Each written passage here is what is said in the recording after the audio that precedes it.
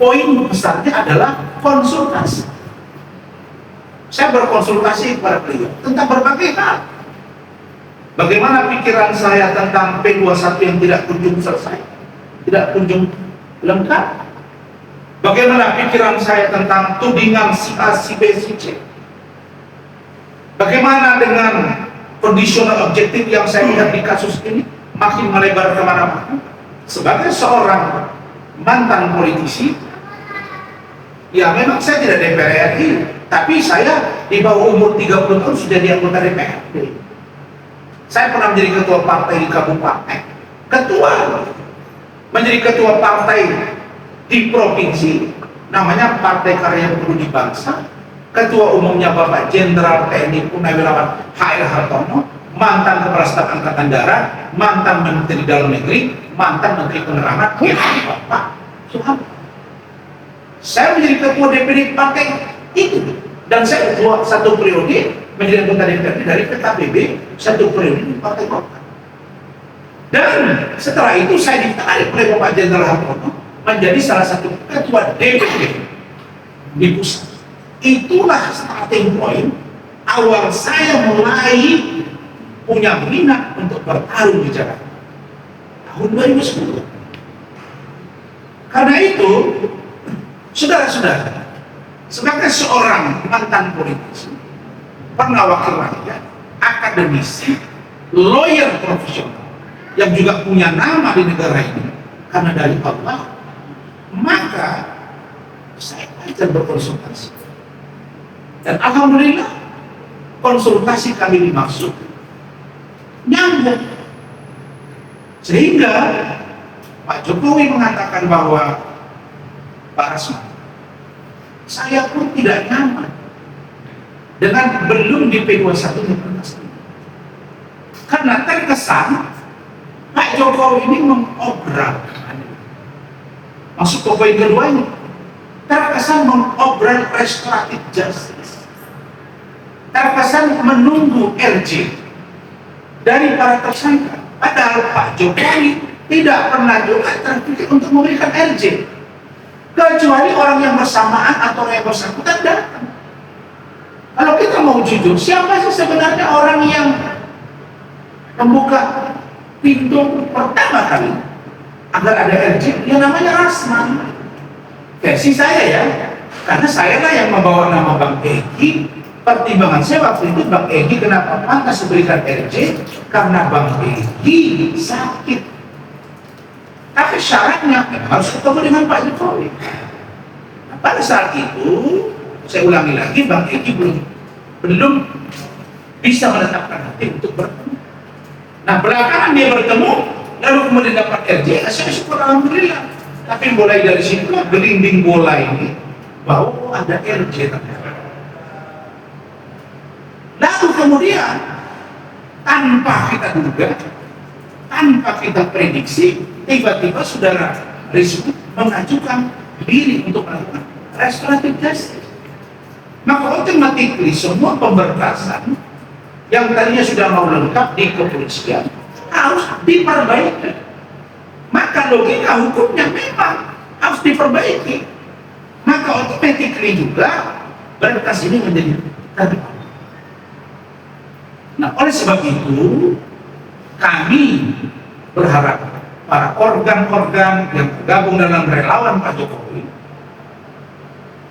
di luar kami Jokowi Gibran, bahkan juga kemarin setelah saya bertemu Pak Jokowi, besoknya Adinda Yakub Hasibuan dan kawan-kawan, saya lihat di situ ada saudara Firmanto Pangaribuan, lawyernya Pak Jokowi, ada saudara Rifai juga datang mendampingi saudara Yakub.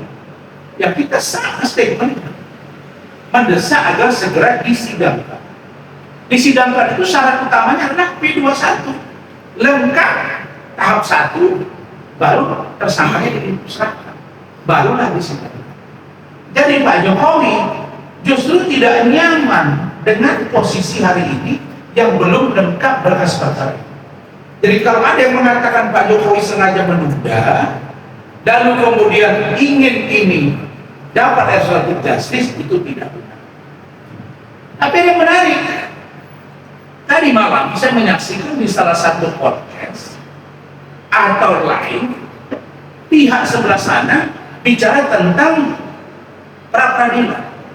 Ada seseorang yang katanya hampir separuh hidupnya itu bicara tentang pra peradilan.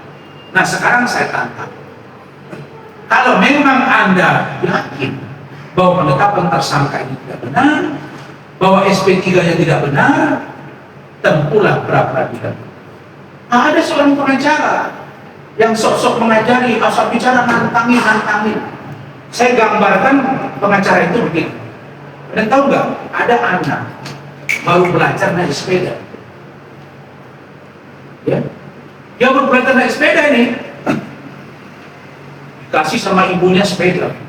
Dia belajar nih, tiba-tiba sepeda ini mungkin oleh mamanya, wah ini anak saya ini rajin kali naik sepeda, nanti tabrakan nih. Diambillah sepeda simpan, dia jalan lagi, dia tengok sepeda tetangga, dia pakai juga. Jadi ini lagi ingin menempuh, baru belajar naik sepeda nih. Nah nanti takutnya naik sepeda ini jatuh ke tembok, kepalanya kebentur ke tembok, nanti kepalanya bisa bonyok atau bocor. Baru dia sadar, wah ternyata saya masih belajar naik sepeda. Saya ini politisi yang mengerti bagaimana cara meramu bahasa.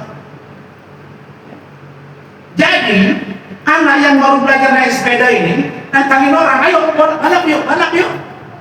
Aku lagi pandai naik sepeda ini. Nah dia nggak tahu, jangan hidup kita ini seperti falsafah orang lagu-lagu baru sekarang. Ayam bertelur satu, ributnya satu kampung. Baru satu yang bertelur, kokoannya luar biasa. Lah inilah dia. Jadi kalau kalian memang yang ini tidak boleh, itu ada aturannya. Saya baca kok di situ bahwa boleh.